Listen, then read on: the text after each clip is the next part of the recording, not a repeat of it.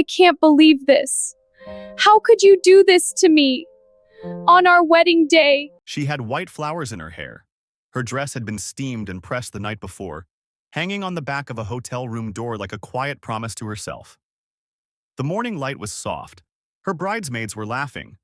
There was champagne in plastic flutes, and someone had brought pastries nobody actually ate because nobody wanted to mess up their lipstick. If you had walked into that hotel room at 9 o'clock that morning and looked around, you would have seen exactly what a wedding morning is supposed to look like. Joy that has been earned. Certainty that has been built over years. A woman who had made her decision and was ready to walk toward it. She had been with him for 6 years. 6 years of Sunday mornings and inside jokes and arguments that got resolved and trips taken together in the slow or careful construction of a life that felt, from the inside, like something real. She was not a woman who rushed things. She was not a woman who gave her trust easily. Her closest friends would tell you that. She had chosen him carefully, and she had chosen him completely. And on the morning of their wedding, she was carrying his child. 8 weeks along, a fact that only her bridesmaids and her mother knew. And she believed, with every part of herself, that she was hours away from the best day of her life. In the back room of a church, with white flowers in her hair and her hands shaking from something that had nothing to do with nerves, she made a decision that would change the lives of everyone in that building. This is the story of what she saw on her phone. And what she did about it. What happened that day has been covered by news outlets around the world. It has been shared millions of times. People who were not there have strong opinions about it. People who were there still struggle to describe what it felt like to be in that room when she started talking. But the version most people know is the short version, the viral version, the headline version, the version stripped down to its most dramatic moment and stripped of everything that made that moment possible. This video is not that version. This video is the full story. And the full story is longer and harder and far more human than a headline can hold. By the time this video is over, you will understand exactly why what she did next is still being talked about. And you will understand why the people who were in that church, on both sides of the aisle, have never quite been able to explain it the same way twice. And you will understand why, when people ask whether she was brave or broken or both, the honest answer is that those two things are not as far apart as we like to believe. Before we get to what happened inside that church, before we get to the moment when she stood at that altar and the room went completely, utterly silent, we have to go back. Because the real betrayal did not begin on the wedding day. It began long before she ever said yes. And once you understand where it started, what happened at the end will hit you completely differently. Before we go any further, let us know in the comments where you are watching from. We would love to hear from you. And if you have not already, hit that subscribe button so you never miss any of our upcoming videos. Now, let us go back to the beginning. Her name, for the purposes of this story, is Casey. And the reason we are not using her real name is not because her story is shameful. It is because she chose to share it on her own terms, through a single interview, and then stepped back from the spotlight deliberately. She did not want to become a character. She wanted people to understand what happened. Those are two very different things, and the distinction mattered to her. What she went through was not a performance, it was her life. And so, we will call her Casey, which is close enough to feel real. And we will tell her story the way she told it, without softening the parts that are hard to hear and without dramatizing the parts that are already dramatic enough on their own. The man she was about to marry, we will call him Derek. Derek was 34 years old. He had a good job, a clean apartment, a wide smile that people remembered. He was the kind of man who showed up to things on time and remembered people's birthdays and knew how to work a room at a party without making it obvious that he was working the room. Casey's friends liked him. Her father liked him. Her mother, who was harder to impress, had told Casey after their first family dinner together that she thought he was a good one. And Casey had believed them all, because she was watching too, and everything she saw confirmed it. 3 questions were going to drive everything that came next. First, who sent that message to Casey's phone the night before her wedding, and what exactly did it contain?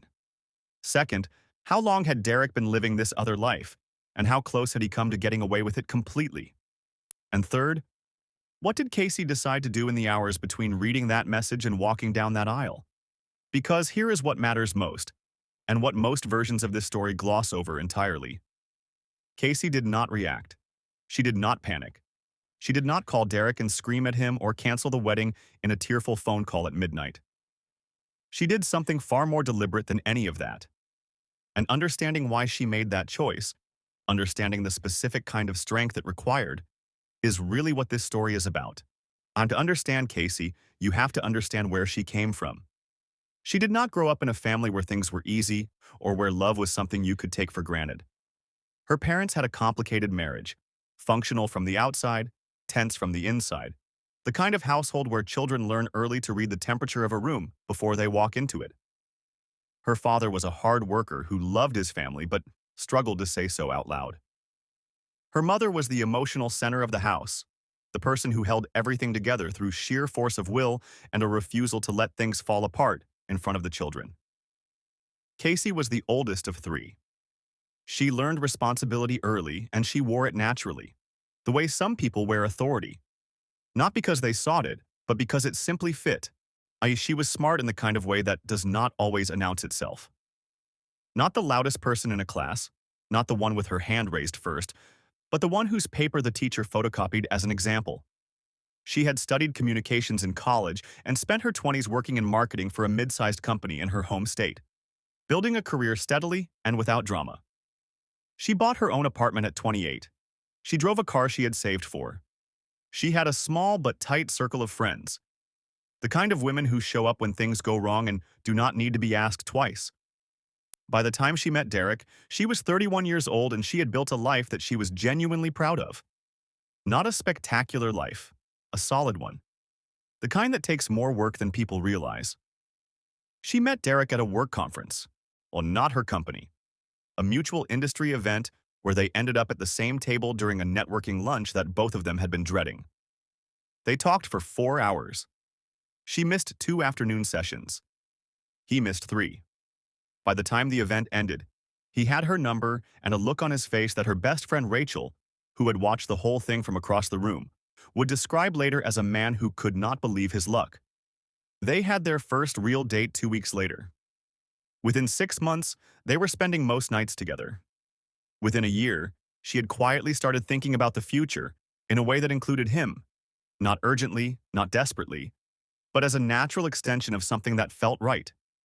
What Casey valued most, more than romance or excitement or even affection, was consistency. She had seen enough inconsistency growing up to know exactly what it cost. She needed someone who did what they said they were going to do. Someone whose behavior matched their words. Someone who showed up. And in the early years of their relationship, Derek was that person. He called when he said he would call. He was where he said he was going to be. When they argued, and they did argue because they were two adults with opinions and no relationship worth having is entirely smooth, he stayed in the conversation. He did not disappear. He did not go cold. He worked through it with her, and that mattered to her more than she ever fully said out loud. Their relationship moved at a pace that felt natural.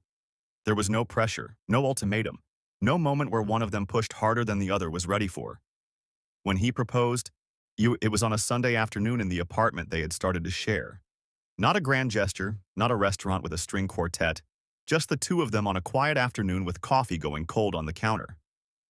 He got down on one knee with a ring she later said was exactly right, not because it was expensive, but because it looked like something he had chosen for her specifically, not for a woman in general.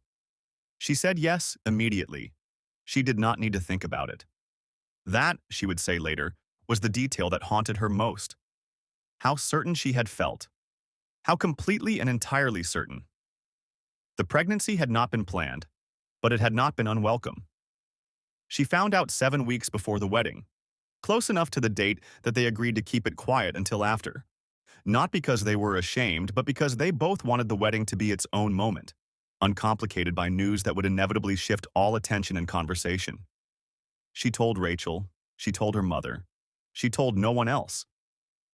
Derek, when she told him, had held her for a long time without saying anything. She had taken that silence as tenderness. Later, she would turn it over in her mind and wonder what it had actually been. The wedding had been planned for 14 months. Not an extravagant event. Casey was not someone who dreamed of extravagance, but a meaningful one. 87 guests, a church her family had attended her whole life, a reception at a venue she had visited twice before settling on it. She had written her own vows, which she had read aloud to Rachel in a hotel bathroom 2 nights before the wedding, while Rachel sat on the edge of the tub and cried quietly into a hand towel. The vows were honest and specific and deeply personal. They referenced things that only someone who had really known Derek would know to mention. She had put real work into them, the way she put real work into everything. She had meant every word. She never got to say them. The night before the wedding, Casey was in a hotel room with her 4 bridesmaids. Rachel was there, and so were her 2 college friends, Melissa and Diane, and her younger sister, Lauren. They had ordered room service and opened a bottle of champagne and spent the evening the way women who love each other spend evenings before one of them crosses a threshold, with laughter that runs a little deeper than usual, and conversation that keeps circling back to the thing everyone is actually feeling but cannot quite say directly. Casey was happy. Everyone who was in that room has confirmed it, separately and in their own words. She was not anxious. She was not second-guessing. She was happy in the particular way of someone who has done the hard work of becoming ready for something. It was late in the evening when her phone began to buzz. Rachel was the one who noticed it first, sitting across the room, and made a joke about how popular Casey was the night before her wedding. Casey sashayed over to pick it up. She used that word herself, sashayed, and that detail somehow makes the whole thing harder to read. And she looked at the screen expecting another congratulations message from a cousin or a coworker, or someone she had not heard from in years. What she found was something entirely different. The message was from a number she did not recognize. It contained no name. It contained no greeting. It contained a series of screenshots and 4 words. The 4 words were, "I would not marry him." Casey stood in the middle of that hotel room and read those screenshots. The screenshots were of text conversations. Detailed, explicit, ongoing text conversations between Derek and a woman Casey had never heard of. There were selfies attached. There were messages that arranged a weekend getaway. And there were messages in which Derek described this other woman in terms that Casey later said she would not repeat in full, but that made clear this was not a moment of weakness or a single lapse. One of the messages read, in part, "Your body is incredible and I wish my girlfriend had half your skills." He had written that. He had written it and sent it and not deleted it. And based on the timestamps, which Casey read carefully, which she studied the way you study something you desperately need to be wrong about, this had been going on for months, not weeks, not a brief, terrible episode. Months. Running alongside their relationship, alongside the engagement, alongside the planning of the wedding, alongside every moment she had believed they were building something together. Rachel saw her face change. She said later that it happened in an instant. That Casey went from the woman who had been laughing 10 minutes earlier to someone she barely recognized, and that the room got quiet before anyone knew why. Casey showed Rachel the phone. Rachel read the messages, and then Rachel looked up at Casey and said nothing, because there was nothing to say, and because Rachel understood immediately that whatever happened next was not going to be her decision to make. The bridesmaids reacted with the full force of protective fury that close female friendships produce in moments of crisis. Melissa wanted to call Derek immediately. Diane wanted to drive to wherever he was. Lauren, Casey's sister, went very still in the way of someone trying very hard not to say something they cannot take back. They were all, in their own way, ready to tear the evening apart on Casey's behalf. Casey let them feel that for a while. She sat in the middle of the hotel room bed with the phone in her hands, and she let her friends be outraged because she understood they needed to be. And then, after some time had passed, she has never said exactly how long, she told them she was not going to call Derek. She was not going to confront him by text. She was not going to cancel the wedding over the phone in the middle of the night. She was going to sleep, or try to sleep, and in the morning she was going to tell them what she had decided. The room eventually went quiet. The champagne sat unfinished on the nightstand. Lauren lay next to Casey in the dark and held her hand without saying anything. Casey stared at the ceiling for hours. She was not crying, or not only crying. She was thinking. She was building something in her mind, carefully and methodically, the way she had always approached the things that mattered to her. She was deciding what kind of woman she was going to be in the next 24 hours. And by the time the first gray light came through the curtain seams, she had her answer. She woke the bridesmaids before sunrise and told them her plan. She was going to get dressed. She was going to do her hair and her makeup, and she was going to put on that dress. She was going to get in the car, and she was going to go to that church, and she was going to walk down that aisle. Every part of that was true. What she did not tell them, what she had decided alone in the dark, was what she was going to do when she got there. That part she kept to herself until the moment it happened. Rachel said later that when Casey came out of the bathroom that morning, fully dressed, with her hair done and her flowers in her hand, she looked like a different kind of bride than the one they had expected. Not broken. Not vacant. Resolved. Like a woman who has accepted the full weight of a hard thing and decided to carry it on her own terms. The church was full. 87 guests seated in wooden pews on a late Saturday morning. Sunlight coming through the side windows in long diagonal lines the way it does in old buildings that were built to make you feel small in the best possible way. The flowers were arranged. The music was playing.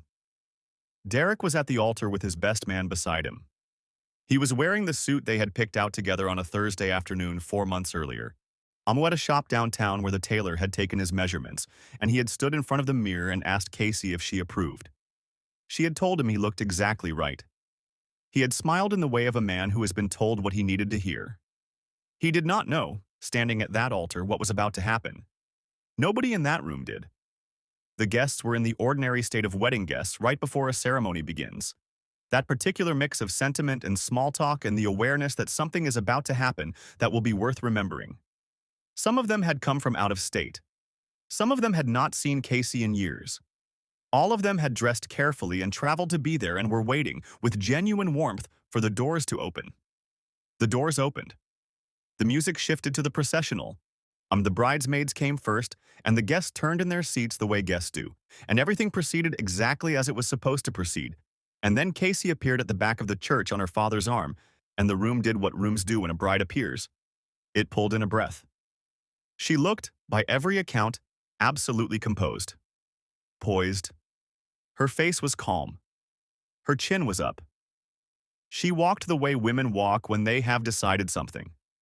Her father, who did not know what she was carrying, leaned toward her once during that walk and said something quietly, and she turned to look at him and smiled. And he has said since that that smile is the thing he cannot stop thinking about. Not because it was broken, because it wasn't. She reached the altar. She stood beside Derek. He took her hands. When he looked at her with the expression of a man who believes the morning is going to go exactly as planned. And then Casey turned. Not toward Derek, toward the room. She turned to face every single person who had come to witness this marriage, and she let the silence sit for just a moment, and then she spoke. She said, "There will be no wedding today." And then she said, "It seems Derek is not who I thought he was." The room did not understand at first. That is how people who were there describe it. There was a beat, maybe 2 seconds, maybe 3, where the words had landed but the meaning had not yet arrived. And then Casey reached down and let her bouquet drop to the floor, and she raised her phone, and she began to read. She read every message, every single one. She read the texts arranging the weekend getaway. She read the message about the other woman's body.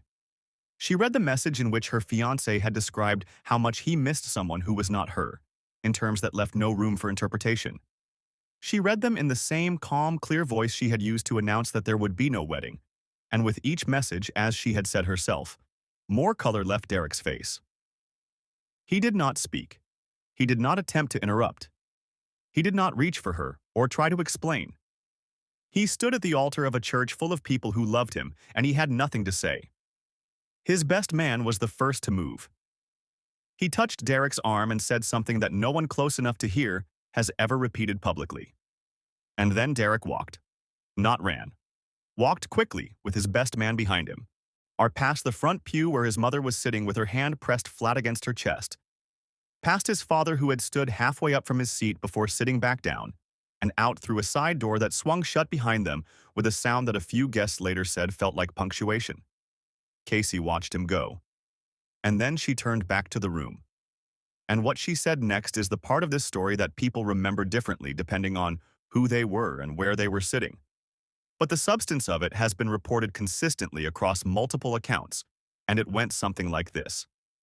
She said, "I love all of you, and as horrible as this is, I am so glad you are here.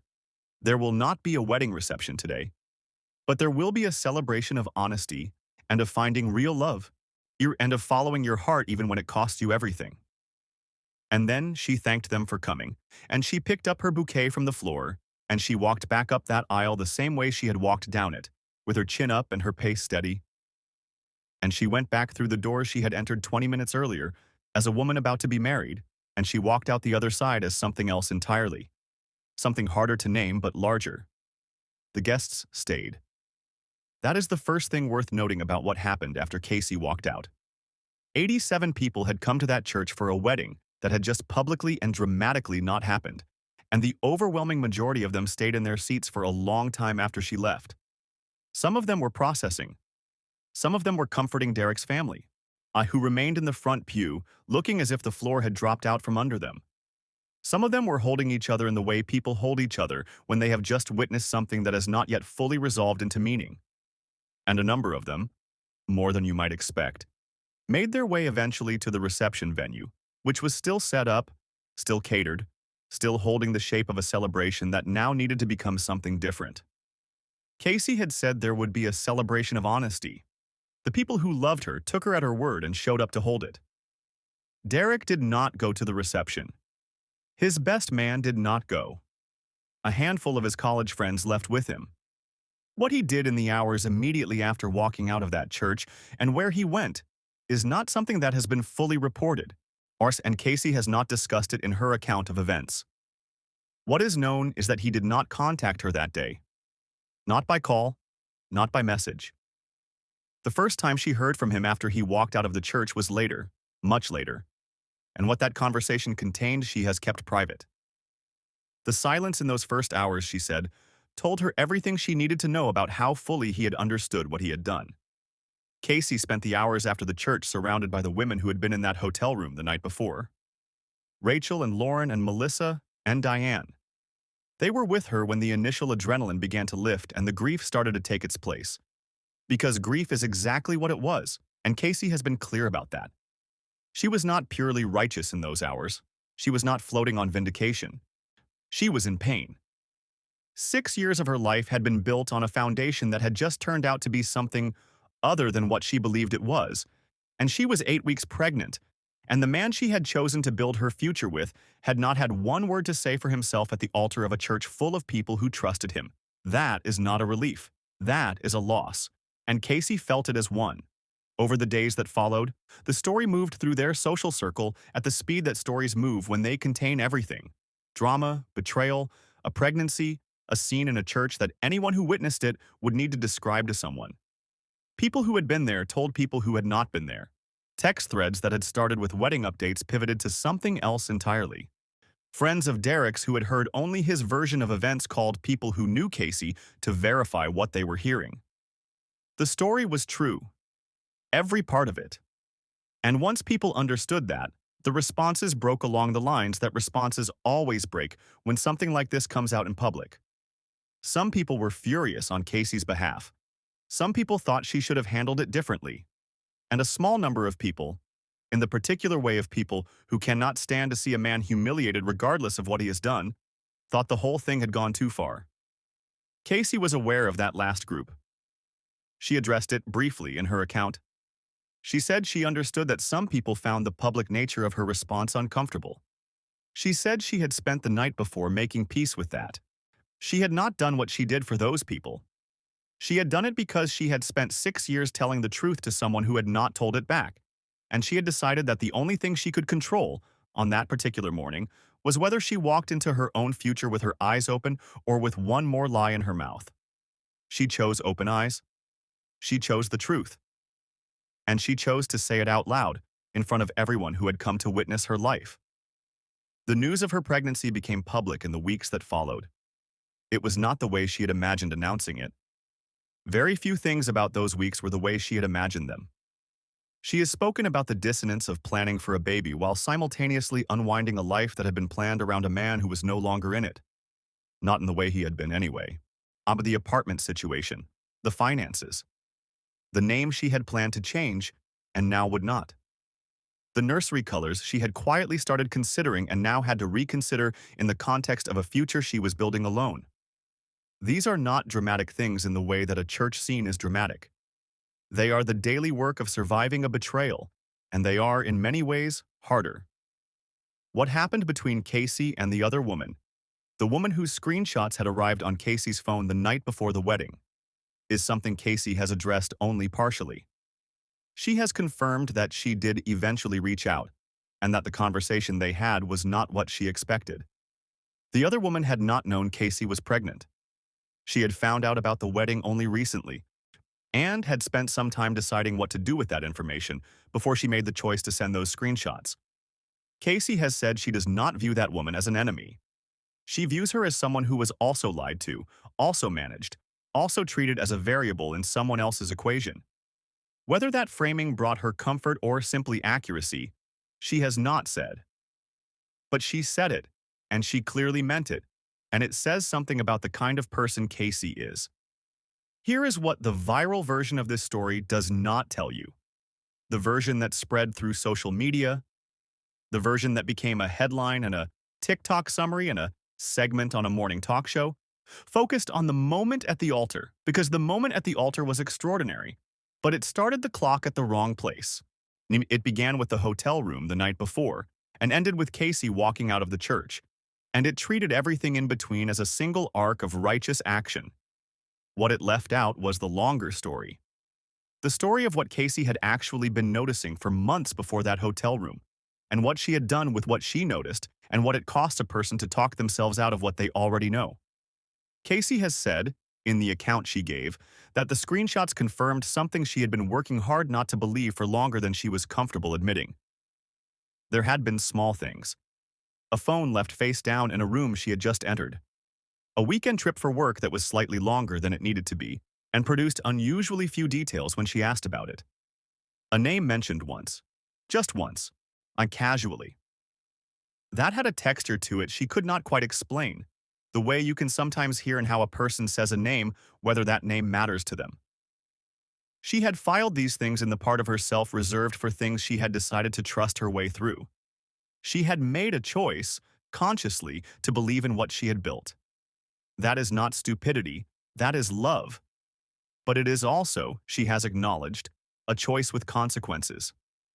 The other detail that the short version never includes is what came out after Casey spoke with her attorney in the weeks following the wedding. She had consulted a lawyer primarily to understand her rights around the pregnancy and around the shared financial arrangements she and Derek had put in place in anticipation of the marriage. A joint account opened 3 months earlier, deposits made toward shared expenses, wedding costs that had been split or paid jointly. What the attorney helped her understand was that the legal landscape for an unmarried woman, even one who had been in a long-term relationship and was now expecting a child, was more limited in some respects than she had assumed. The law offers certain protections. It does not offer all of them. And some of what Casey had contributed to the shared planning of their future was simply not recoverable through legal channels. What was recoverable? What she did ultimately negotiate through her attorney without going to court, she has kept private. Multiple people familiar with the situation have said only that she was not left without recourse and that she handled the process with the same composure she had shown in the church. And whether Derek contested it or cooperated with it is not publicly known.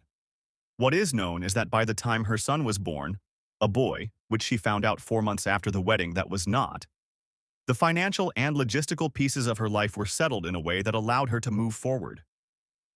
The pregnancy itself was not something Casey discussed publicly beyond the basic fact of it. She did not document it on social media. She did not give updates or invite attention. She lived it privately, surrounded by the same people who had been in that hotel room and the same family that had been in those church pews, and she built toward her son's arrival the way she had always built toward the things that mattered to her. Carefully, without drama, one day at a time. Her mother took time off work to be with her in the final months. Our Rachel was with her at the hospital. Her father, who had struggled to fully process what had happened in that church, flew in to meet his grandson within 48 hours of the birth. And the people who were in the room said the expression on his face when he held that baby was worth more than anything any of them could have said to Casey in the months before. Derek has been present in his son's life to the degree that Casey has permitted and the law has required. She has not publicly characterized what that arrangement looks like day to day. She has not positioned herself as a victim in the ongoing story, and she has not invited people to treat her as one. What she has said, in the fragments of reflection she offered in her original account, is that she does not spend time hating him.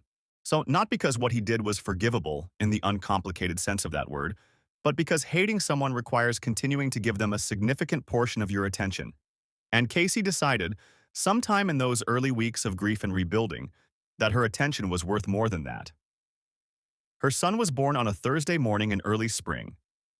Casey has not shared his name publicly, which is a choice that requires no explanation. She has shared, in that single account she gave, that when she first held him, she felt something she did not have a word for. Not happiness exactly, not relief exactly, but something underneath both of those, something more foundational, like ground that holds.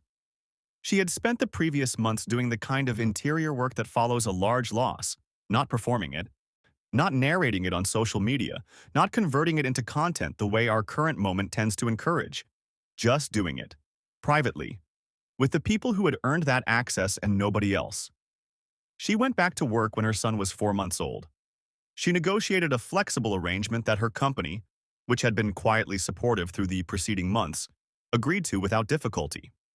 She moved into a new apartment.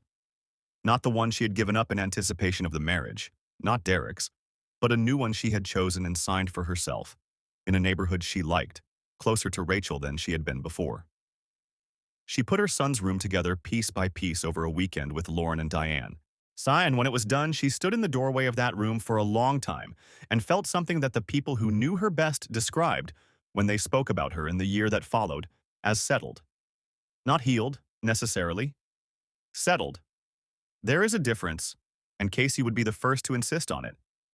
She was asked in the interview she gave whether she regretted the way she handled that morning in the church, whether, with distance, she wished she had done it differently, confronted Derek privately, called off the wedding quietly, preserved more dignity for more people.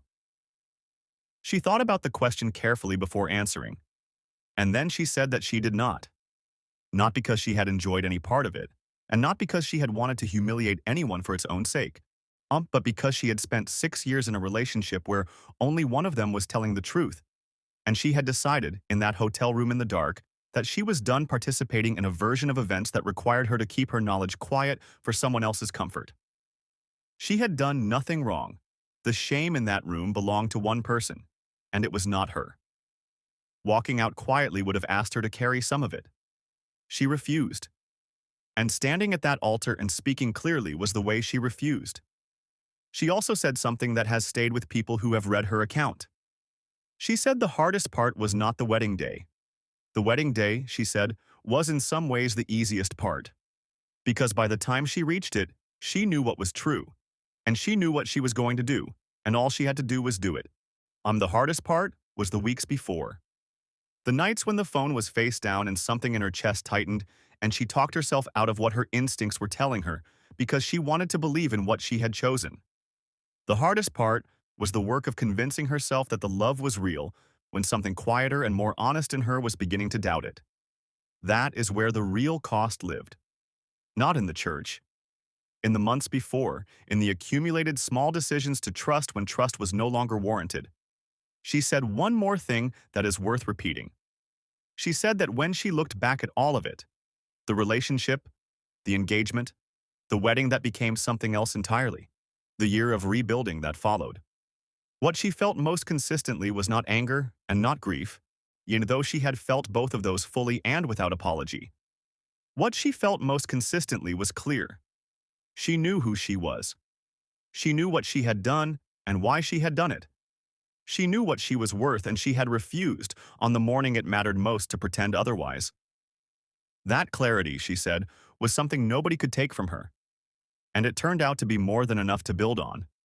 Casey's story has been shared millions of times across dozens of countries. It has been turned into headlines and short-form summaries and podcast discussions and comment threads that go on for hundreds of replies. People who have never been anywhere near a church in Ohio on a Saturday morning have very strong feelings about what she did and whether she was right to do it. And that response, the breadth of it, the intensity of it, the way it refuses to go away, tells us something important. Not just about Casey and Derek, but about something much larger. About the gap that exists in relationships and in life between who we show people we are and who we actually are. About the cost of that gap and who gets asked to pay it. And about what it means to refuse. There are people who will tell you Casey went too far. That a private matter should have been handled privately. That whatever Derek had done, he did not deserve to be exposed in front of 87 people in a church. Those people are not entirely wrong in the sense that reasonable people can disagree about the right response to a profound betrayal. But those people tend to leave out the part of the equation where Casey had done nothing wrong, where she had been faithful and honest and fully committed for 6 years, where she was 8 weeks pregnant, where she had built her vows word by word out of genuine love for someone who had already decided she was not enough. There is a version of this story where discretion is a virtue. But there is also a version where discretion is just another word for being asked to protect someone who never protected you. Here are the questions worth sitting with after you have heard this story. Would you have done what Casey did? And be honest with yourself, not the idealized version of yourself you present to the world, but the real one, the one who has to make hard decisions in real time with incomplete information and a room full of people watching. Would you have had that kind of stillness, that kind of deliberateness? Or would you have fallen apart, or called it off quietly, or found a way to soften the truth for the sake of everyone else's comfort? There is no wrong answer. But it is worth knowing what your answer is. And here is another question. When you look back at relationships in your own life, at moments when something felt off and you chose to explain it away, what did that cost you? How long did you carry someone else's dishonesty as if it were your own weight to manage? And when did you finally set it down? Casey set it down on a Saturday morning, in a church full of flowers and people who cared about her, in front of a man who could not say a single word in his own defense. She set it down, and she picked up her son 8 months later, and she built her life from that point forward with her eyes fully open. That is the full version of the story, not the headline, not the 30-second clip. The full, complicated, deeply human version. And the reason it keeps spreading, the reason it refuses to be forgotten, is not because of the drama of that morning in the church. It is because somewhere in all of it, people recognize something true about love, about trust, about the difference between the life we think we are living and the life we are actually in. Drop your city in the comments below. Tell us where in the world you are watching this from tonight. And tell us, what would you have done? We read every single comment and we want to hear from you. If you found this story worth your time, please subscribe. We have more stories coming that are every bit as real, every bit as human, and every bit as worth staying for. We will see you in the next one.